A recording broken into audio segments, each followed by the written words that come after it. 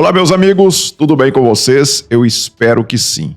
Meus amigos, eu tenho visto a Amanda Klein apanhando todos os dias. Eu não assisto o programa, a gente vê a repercussão que dá nas redes sociais.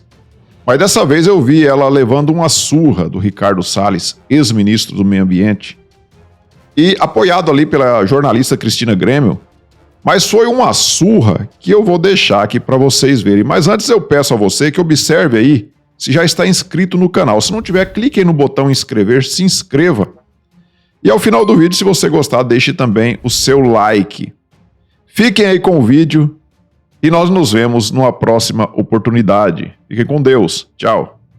Notícias do dia, Ricardo Salles, Cristina Grêmio, Amanda Klein, sejam bem-vindos. Ricardo Salles, começando por você, então, esse assunto tão delicado que os brasileiros começam a partir de agora a ter que lidar. É interessante, é legal que aconteça essa exploração, mineração em terras indígenas. Quais os cuidados a se tomar que a Câmara, principalmente, deve se preocupar? Bom dia. Só é contra esse projeto quem não conhece a realidade da Amazônia. Os próprios indígenas, além de moradores de fora das unidades de conservação, mas porém que vivem na Amazônia, querem e devem poder explorar as riquezas naturais que estão no seu território. Há maneiras de fazer isso de correto, tanto que é um exemplo de fazer isso corretamente, que a Floresta Nacional de Carajás, no estado do Pará, é uma floresta nacional, portanto, unidade de conservação preservada, e ainda assim tem no seu território uma unidade de exploração de minério de ferro da própria Vale. Com cerca de 3% do uso da terra total, da área total da Floresta Nacional de Carajás, a Vale explora comercialmente o minério de ferro e ofere recursos que lhe permitem cuidar dos outros 97% da Floresta Nacional de Carajás e também melhorar a qualidade de vida dos moradores daquele entorno. Se você faz de conta que não há essa pressão de exploração dos minerais, para o garimpo, enfim, e outras modalidades nas terras indígenas ou até mesmo fora delas, no território da Amazônia, você simplesmente não regulamenta algo que vai ser feito de qualquer jeito, não é? E aí, com isso, deixa de aplicar regras ambientais, um licenciamento ambiental adequado que pode permitir que isso seja feito adequadamente. Vários países exploram áreas sensíveis. Veja, a Noruega, que muitas vezes aponta o dedo para o Brasil, explora petróleo no Mar do Norte. Os Estados Unidos explora petróleo no Alasca. Então, há sim como fazer e fazer direito. O pré-requisito para que isso possa acontecer é você autorizar que finalmente o Brasil possa usar os seus recursos naturais e fazê-lo de acordo com regras de licenciamento ambiental, recomposição de áreas utilizadas, enfim, parâmetros que sejam adequados. Amanda Klein, para você, qual que deve ser a postura do Congresso Nacional nessa discussão? Bom dia, Tiago. Bom dia aos meus colegas, Adriana, aos telespectadores e ouvintes da Jovem Pan. Infelizmente, é uma tentativa de abrir a porteira e passar a boiada. Esse projeto está sendo feito com atropelo, aprovado o regime de urgência, sem o debate detido em comissões, como deveria ser feito.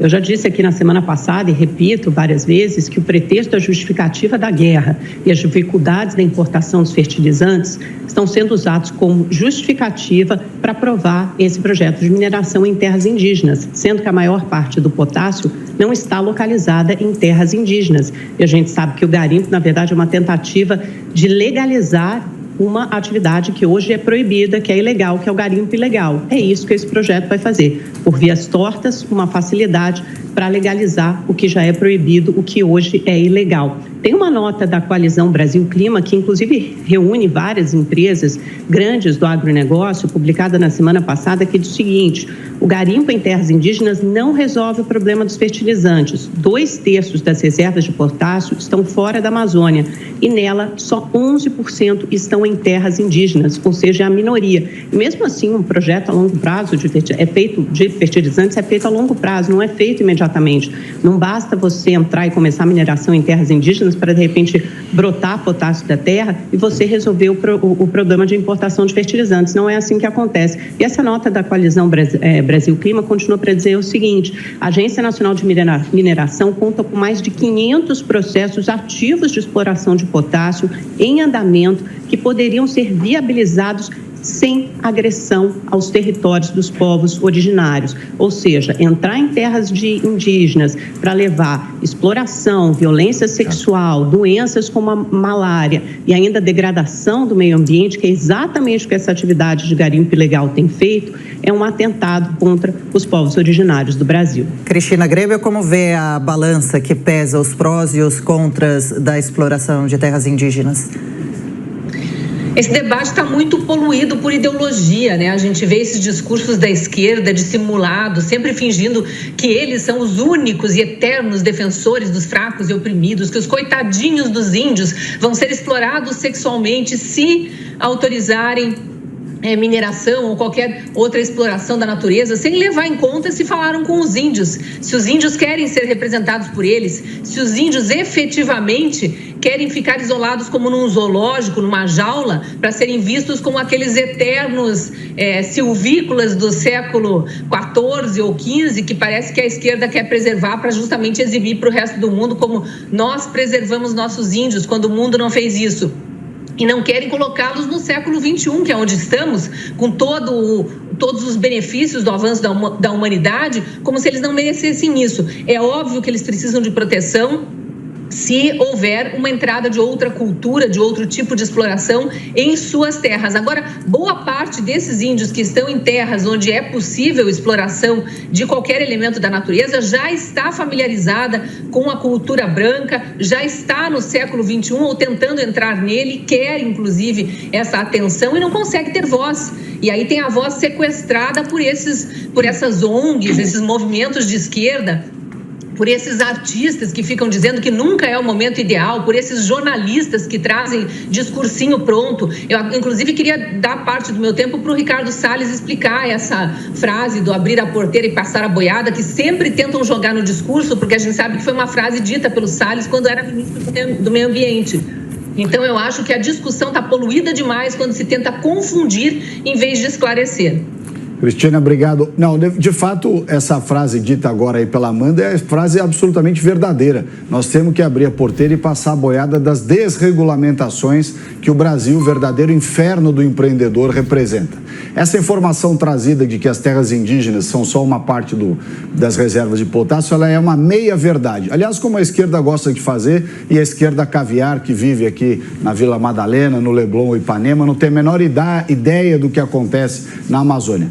As boas reservas de potássio estão praticamente todas elas em terras indígenas, e se não estão em terras indígenas, estão em outra coisa que essa coalizão de porcaria aí não cita, que é o fato de terras que estão interditadas para a futura constituição de terras indígenas, que é um fenômeno absurdo. Você simplesmente pega áreas que não são terras indígenas, mas você faz uma interdição de áreas para futuras terras indígenas. Além disso, as áreas que estão em volta das unidades de conservação, chamadas zonas de amortecimento, que, ou seja, mesmo que não esteja dentro da unidade de conservação, se estiver na zona de amortecimento, também tem restrição. Então, quando você desenha no mapa da Amazônia terras indígenas, terras interditadas para a futura constituição de terras indígenas, unidades de conservação e zona de amortecimento, a cobertura de território impedido é enorme, enorme.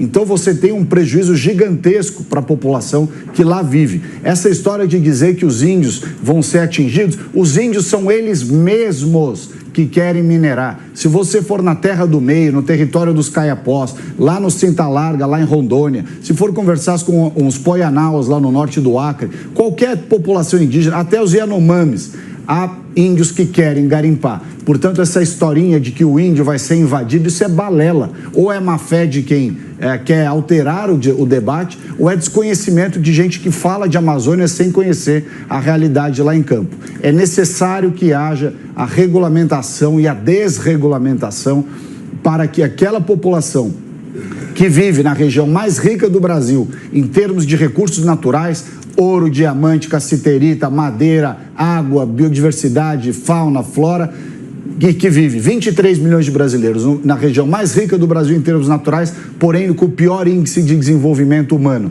Isso sim é uma verdadeira vergonha. E esses que falam isso, assinam cartinha, essa coalizão de porcaria aí que fala essas bobagens, não estão nem aí para os povos da Amazônia. Querem fazer demagogia, querem se dar de uma posição... Salles, que associação indígena, que povo da Amazônia... Vários povos, você não tem a menor ideia do que você está falando. Você nunca foi para esses lugares para falar. De uma associação indígena que defenda a mineração em garimpo. Tem um monte, Associação dos Indígenas.